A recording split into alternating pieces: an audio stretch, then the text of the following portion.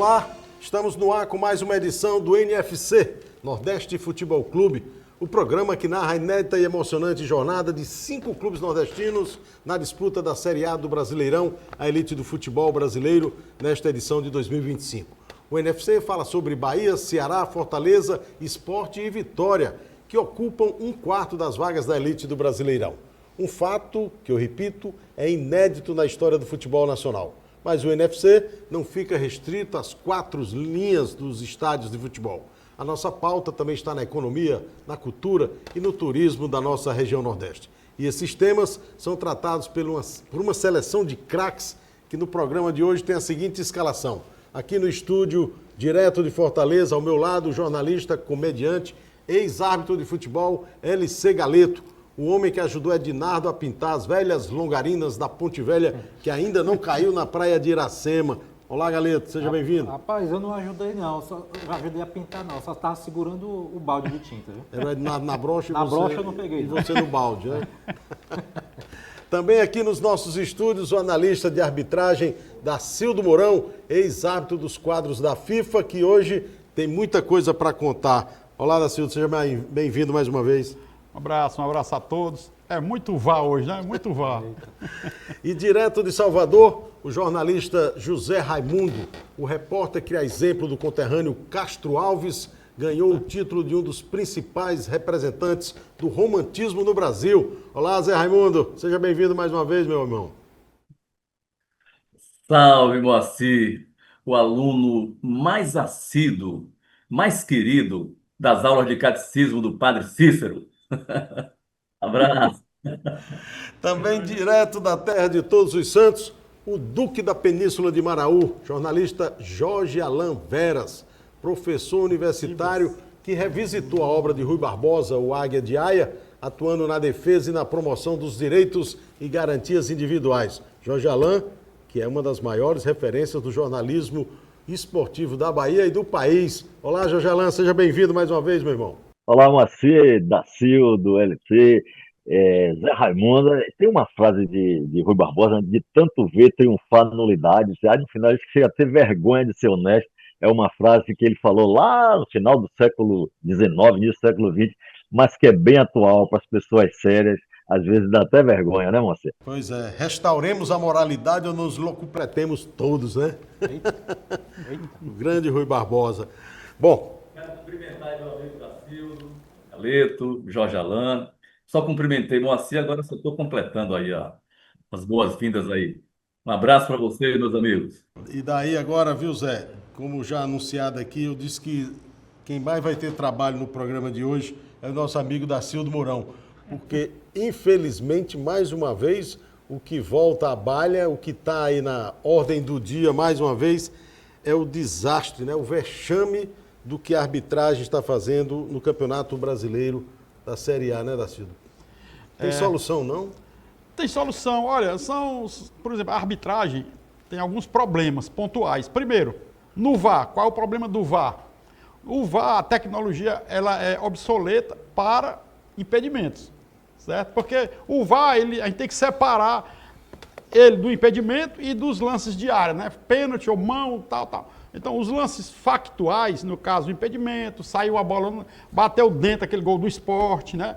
São os lances factuais. Nisso aí, o VAR está muito atrasado. Nosso VAR precisa, aquele semiautomático, ser trazido pelo presidente da CBF, né? Eu não sei porque demora, será que é falta de dinheiro em trazer, que foi usado agora no Mundial de Clubes? Ali resolve. Por quê? Porque quem mexe no VAR, sabe quem é? Por exemplo, aqui nós temos o rapaz da técnica, que é o Carlos, né?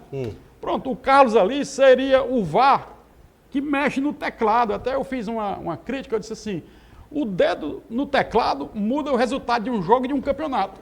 É o que está acontecendo. E não a verdade, né? O impedimento, uma bola que bateu dentro, bateu fora. Então precisa isso, precisa tirar essa responsabilidade do técnico. Por quê?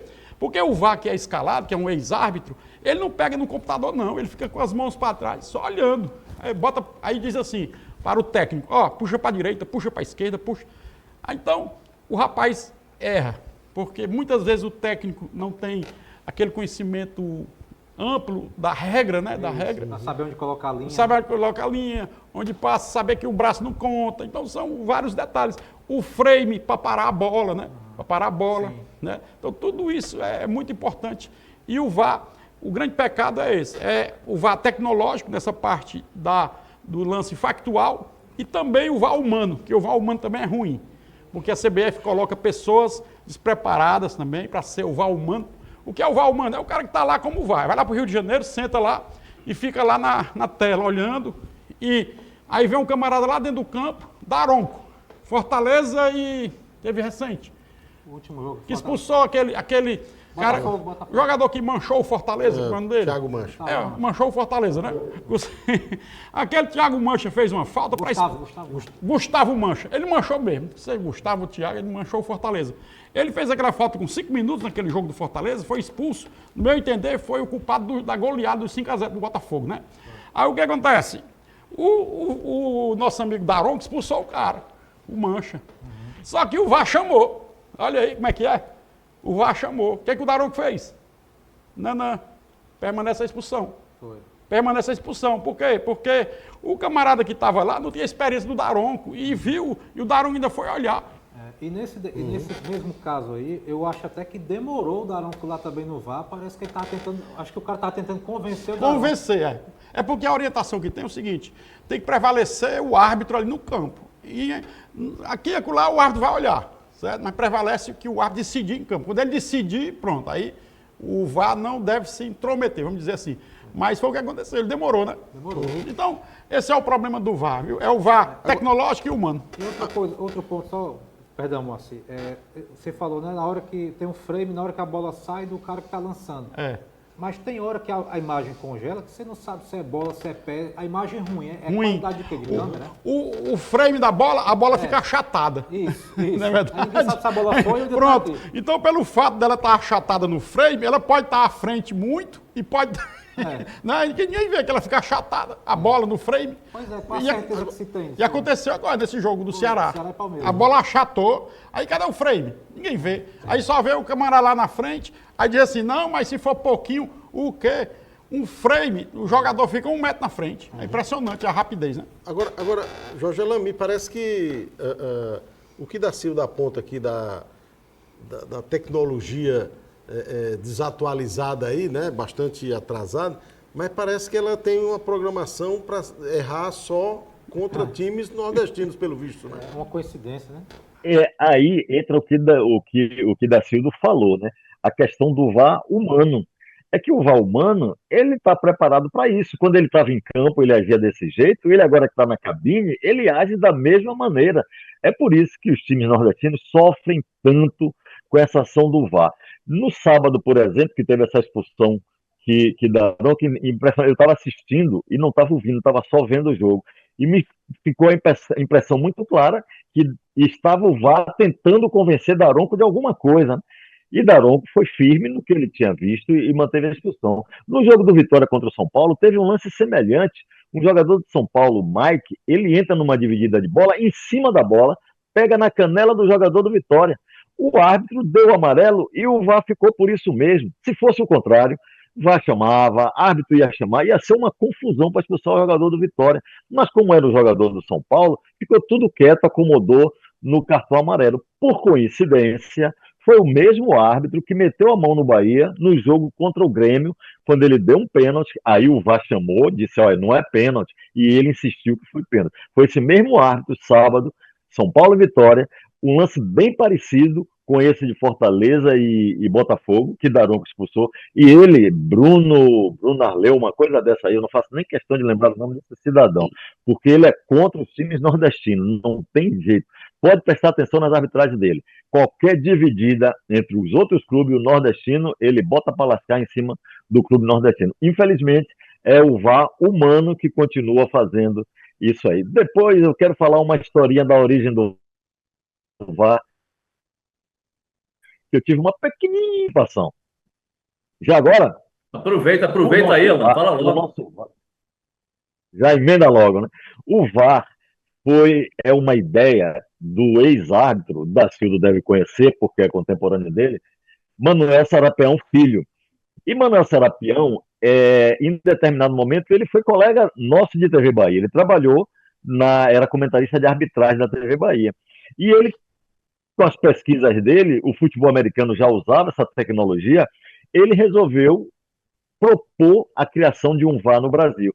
E aí uma daquelas reuniões que tem no Rio de Janeiro, tinha, não sei se ainda tem ainda, era FUT alguma coisa, em um fim de ano, ele foi para apresentar essa proposta de VAR. E aí nos pediu uma ajuda lá na televisão, a ligação dele com a TV era mais comigo, ele pediu uma ajuda de um vídeo que tivesse lances polêmicos que poderiam ser resolvidos com a ajuda da imagem. E aí eu selecionei lá, junto com o Cezinha, que é o editor de imagem da gente, era o editor de imagem da gente, nós selecionamos lá uns 10 lances polêmicos, colocamos, na época era fita ainda, não era nem DVD, colocamos numa fita, entregamos a Manuel Serapião. Serapião foi no Rio de Janeiro, nesse congresso, eu estava no Rio também, estava nesse congresso, assisti essa apresentação de Serapião, e ele mostrou isso, dizendo que a utilização do vídeo poderia favorecer uma arbitragem mais justa. Na época, ele foi, não é achincalhado, mas foi desmerecido pelos dois principais árbitros do Brasil naquela época, naquele momento, que era Arnaldo César Coelho e Zé Roberto Reis. Eles foram completamente contra, disseram que isso não ia dar certo, não ia colar, inventaram mil histórias. Ah, porque você vai ter isso num jogo no Maracanã, mas um jogo em Uauá você não tem. E hoje você vai em qualquer lugar que você queira, sem problema nenhum. E aí, assim, minha humilde participação foi ter editado a fita que Serapião fez essa apresentação, sugerindo a criação do VAR brasileiro. Depois, lá fora, o VAR foi criado antes e depois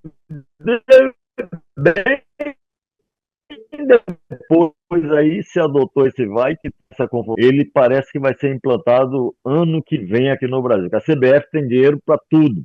Dinheiro para pagar viagem de presidente, dinheiro para pagar presidente de federação que não faz nada, mas dinheiro para reciclar árbitro ele não tem, dinheiro para equipar VAR a CBF não tem. Era assim nas gestões antigas e parece que continua do mesmo jeito.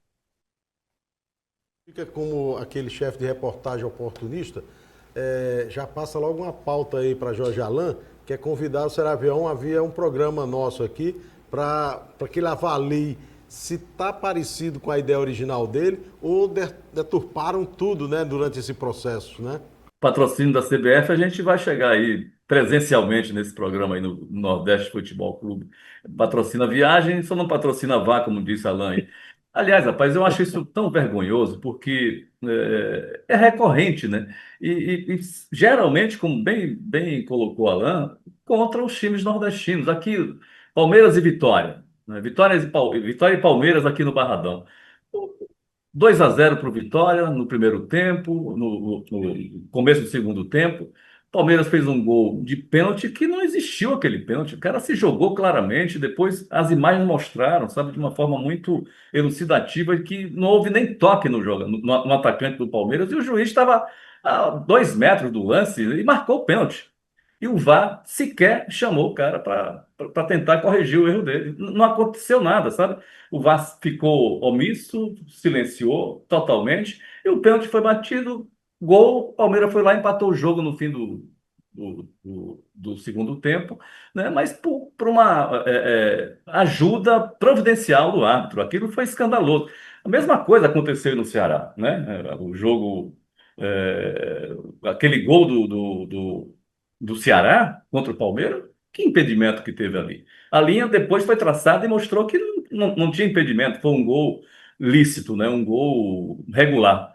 Mas então essas coisas deixam muito uma margem de insatisfação muito grande, a ponto de afastar, sabe? Eu imagino que, como eu, milhares de torcedores ficam tão revoltados com isso que afastam esses lances, esses erros afastam a torcida do estádio, sabe? Porque não sei se é discriminação, não sei se é o poderio econômico dos clubes do Sudeste, entendeu? Do Sul, mas a verdade é que nós aqui do Nordeste, os times do Nordeste, são muito recorrentemente vítimas dessas arbitragens que são muito duvidosas, né? Eu não sei o que é que Dacildo acha disso, mas me parece que como Jorge Alain falou, há um complô, né? Só pode ser um complô contra os times nordestinos, não é possível. seriamente em dar uma ligada para Marrom. Já que ela resolveu aquele negócio do Trump lá pelo Maranhão, né? Pode ser que ela dê uma mãozinha aqui pra gente também no futebol, né? Tacildo, o que você achou do que eles me disseram? Sobre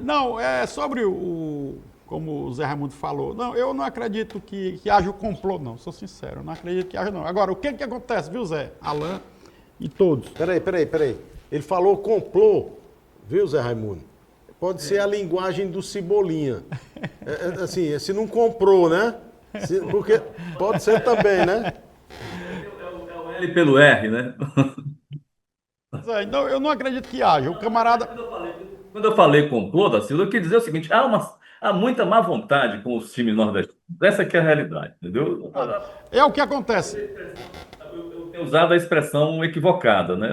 Não seria bem um complô, mas é uma má vontade grande que cheira a discriminação, sabe? É um certo preconceito. Eu acho que isso fica mais do que evidenciado nos jogos que a gente tem presenciado aqui no Nordeste ou fora do Nordeste, contra os times do Nordeste. Existe a fraqueza, árbitro fraco, árbitro ruim. E esse tipo de árbitro, a tendência dele é automaticamente ir ajudar o grande, sem querer. Ele vai apitar Palmeiras e um time do Nordeste, um dos nossos. Aí, como ele é fraco, ele não tem ainda cancha, ele não tem a experiência ali de dentro do campo. Aí, quando é um lance duvidoso, ele faz o quê? Para a direita, para o lado do maior. Certo? Agora... Você acha que isso ocorre, Daciolo? Muito. Esses erros são todos assim. O camarada tem medo. Ele tem medo do time grande. Ele tem medo, sabe por quê? Porque a grande mídia protege o grande, queira ou não queira. Não é verdade? A grande mídia. Aí ele tem medo. Por exemplo, ele tem medo de errar contra o Flamengo. Ele tem medo de errar contra os fracos. Os que estão ainda começando. Os camaradas que não têm ainda cancha. Agora, um Daronco, um Klaus... Essa turma já, aquele menino que foi agora, o Wilton, aquele outro. O Wilton, apesar de errar muito também, né? Mas esse pessoal é mais, como a gente fala na linguagem, é mais cascudo, né? Ele tem mais tendência a não ir para o lado do grande. Ele passar direto, erra também, lógico que erra, né? Mas a facilidade do erro vai mais para o árbitro ainda fraco, o árbitro ainda neófito. Isso que o Dacildo falou é bem verdade, porque... Desculpa, só aproveitar essa fala do Daciolo. Assim, você acha que a pressão que o árbitro sofre ali na beira do gramado, do treinador, dos dirigentes que ficam ali no banco do time, aquilo ali exerce muita influência na cabeça do árbitro, não? Fraco, exerce. Porque o árbitro fraco, ele é fraco em tudo. Ele não tem experiência. Por isso que apitar futebol é diferente de jogar futebol. Jogar futebol, você pega um garoto, joga com 18 anos, 17 anos, ele já estoura. Agora o árbitro, você vê árbitro com 18 anos apitar? Nunca vai ver. Porque ele primeiro faz o curso com mais de 20, aí depois que ele faz o curso, ele tem ali uns 5 anos para se adaptar, e depois ele vai começar a apitar os jogos mais ou menos. Portanto, é um pessoal que demora muito a assimilar aquela responsabilidade de apitar um jogo, principalmente jogos grandes da elite brasileira, Série B e Série A, que são os jogos mais importantes. Né? Falando de pressão, Zé Raimundo, só completando aqui, né, que o Daciolo até falou, uma reclamação do técnico Abel do Palmeiras rende muito mais dias na imprensa nacional do que uma reclamação do técnico Léo Condé do Ceará. Por aí o cara, rapaz, é melhor evitar fazer raiva ao Abel. Não, e nem a solidariedade de uma declaração do Abel Ainda tem isso, em favor do Ceará, porque ele disse, eu reclamei do VAR e agora o Ceará tem o direito de reclamar do mesmo jeito. O próprio técnico do Palmeiras reconheceu que o VAR... Esse Abel, Zé Raimundo e demais, esse Abel, que é o grande técnico, né, do Palmeiras, eu sou sincero, eu apitando, ele demorava a terminar um jogo, certo? Dificilmente ele ia terminar um jogo. Ou então ele ia se adaptar ao meu ritmo, como fez o Joel Santana, que eu expulsei mais de 10 vezes. O Joel Santana expulsei no Vitória, expulsei no Bahia, no Corinthians, no Flamengo, no Botafogo, no Vasco, e aí vai. Mas o Joel, não é que o Joel seja indisciplinado, o Joel é um camarada que eu admiro muito, um grande técnico, né? É uma pessoa boa, mas ele ali na borda do campo, ele não sabia, não dava... Comigo não dava certo. Ele toda a vida ele exagerava. Aí no exagero, rua. E não havia cartão, não, na época. Viu? Era só verbal. O senhor está expulso. Pronto, é igual o meu irmão, né? Que me chamou de filho da fruta. E eu tive que expulsar ele, porque era a mesma mãe, né? Não tem condição, né? Ceará e Fortaleza, né, Zé? O que a gente deve fazer, Jorge Alain? Eu acho que seria uma boa, viu? Uma revolução assim nesses termos. Mas esse programa nosso já é o início da revolução, moça. Eu acho que esse Nordeste só não vamos pegar em armas, mas com ideias, a gente começar a combater tudo isso. Essa questão de arbitragem, da Cildo aí, abriu bem para a gente como essa história. O árbitro que mais erra é aquele que é mais fraco, porque ele tem medo do mais forte. E aí a gente está sempre sofrendo por causa disso. Eu costumava sempre dizer que aqui no Campeonato Baiano os times do interior sofriam para Bahia e Vitória serem favorecidos. E no Campeonato Nacional, Bahia e Vitória sofriam para os times de Rio e São Paulo serem favorecidos. Era uma coisa certa, assim, parece que existia uma cartilha. Mas aí Dacildo deixou agora tudo muito claro para mim, tudo claro em minha frente. É porque eles são fracos mesmo. Embora tenha o Wilton, que você citou aí, que erra muito, o Wilton erra e erra muito, e na maioria das vezes ele erra contra o mais fraco. Mas tem uma outra questão para a gente falar ainda. A CBF, antigamente, em outras comissões de arbitragem, fazia cursos presenciais com árbitro, cursos para aprimorar o árbitro, para dar uma cancha maior a ele, pegava os principais árbitros do Brasil, levava lá para a Granja Comari e levava uma semana lá treinando esses árbitros. E aí o presidente, o nordestino Edinaldo, quando assumiu, acabou com isso, acabou com essa história desse treinamento. E aí foi ladeira abaixo, e aí só foi atrapalhando, o CNM dizendo que o VAR manipulava as imagens na comissão, na CPI, ele falou isso, que o VAR poderia manipular as imagens, que é também você deixa o resultado de um jogo na mão do juiz do VAR, porque ele mostra ao árbitro de campo a imagem que ele quer ver, ele pode distorcer, você pode mostrar uma imagem que está dizendo uma coisa e a outra imagem que é a realidade, ele esconde do árbitro do campo. Então o VAR pode manipular muito mais do que o árbitro. Porque, olha, os árbitros são sempre uns novos, alguns se destacam bem, outros nem tanto, mas são poucos árbitros experientes nessa comissão de arbitragem. O presidente ele já se mudou, mas morava nos Estados Unidos, o Rodrigo Martins Sintra, que também foi colega nosso lá da TV Bahia, também foi comentarista de arbitragem na TV Bahia, um período que ele morou em Salvador. Nós também tivemos o Sintra como arbitragem. É um cara sério, mas de longe é complicado. É que perto, vivenciando esse dia a dia dessas queixas. E ouvir todo mundo, não é ouvir só imprensa de Rio e São Paulo. Hoje você tem internet, antigamente você dependia de chegar um jornal de Salvador, de chegar um jornal de Fortaleza, no Rio e São Paulo. Hoje na internet você vai lá e você tem informações do mundo todo. O que ele errou e pronto, não vai chegar a queixa que a imprensa nordestina, que o time nordestino fez. E é isso que está precisando. Essa nossa revolução, moça, tem que ser isso, para a gente ser mais ouvido pelas pessoas que decidem. O Alan, só nessa linha de raciocínio aí, uma coisa que me deixa meio indignado é o seguinte, é que a gente não vê nenhuma consequência disso na CBF. Né? O cara erra, né, na rodada atual, e na rodada seguinte ele está apitando de novo. Não tem consequência nenhuma, não há punição nenhuma, sabe? Esses árbitros erram de forma, sabe, escancarada, né? E o pior é a comissão de arbitragem brigar com a imagem, para insistir que o árbitro acertou. O pior é isso. E é isso, sabe assim, a gente não vê consequência, a gente não vê nada acontecendo, né, para tentar corrigir esses erros.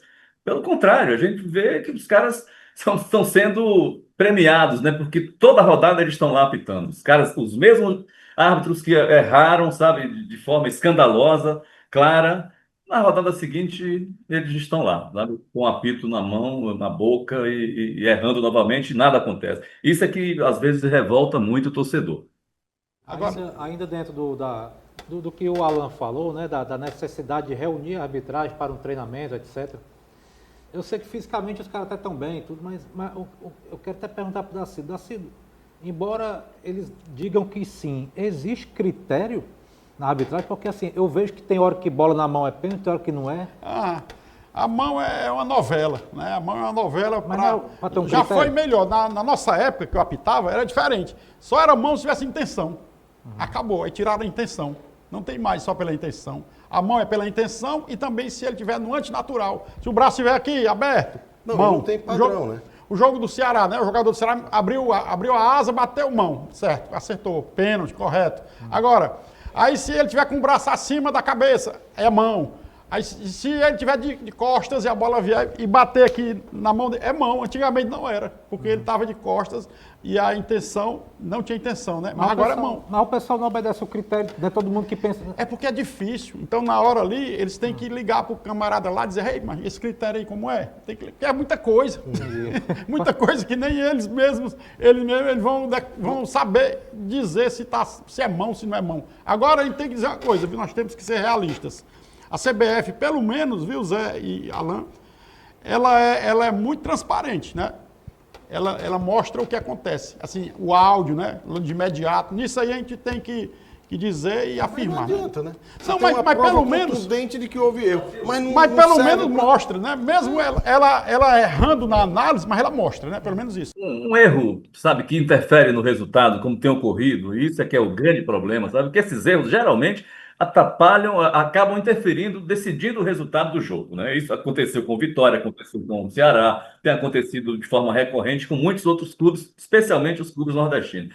Você acha que a CBF não deveria estabelecer uma espécie de punição, assim, olha, o cara que errou, sabe, de uma forma tão escandalosa assim, ele não vai ficar, sei lá, quantas rodadas, quantos jogos sem apitar, ele não será escalado, mas isso não acontece, essas punições não ocorrem, pelo menos a gente não fica sabendo, né?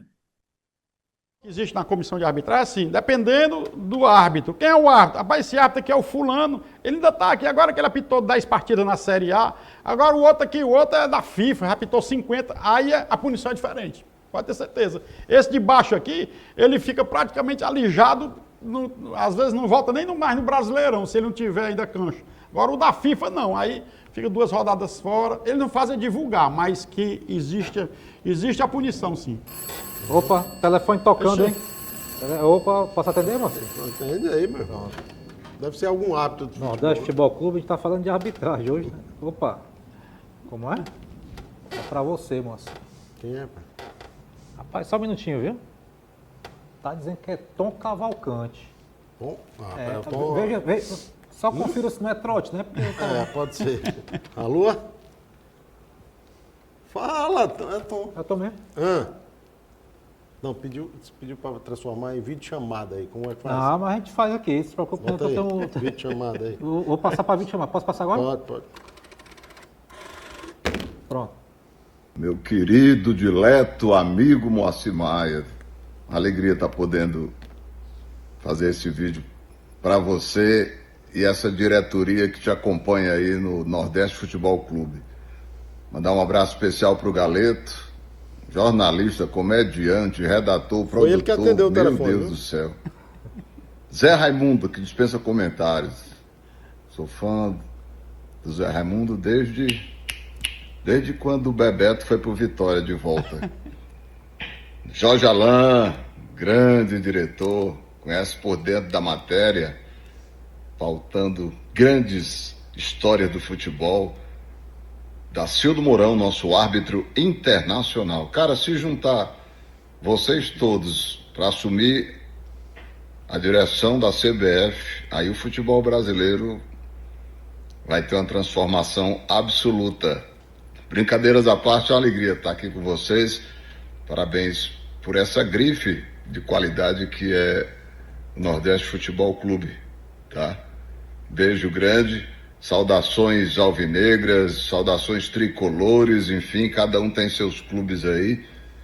E que a gente pode... Eu sou vozão, como o Moacir é, como o Galeto é, Zé Raimundo Vitória, Jorge Alain não sei, nem o Dacildo. Mas enfim, forte abraço e aqui vocês têm um seguidor fiel. Valeu, Tom. Rapaz, tá bom. A gente conversa na interna depois. Tá bom, um abraço. Rapaz, o programa tá importante, viu, Márcio? Zé Raimundo, o homem tá te acompanhando, hein?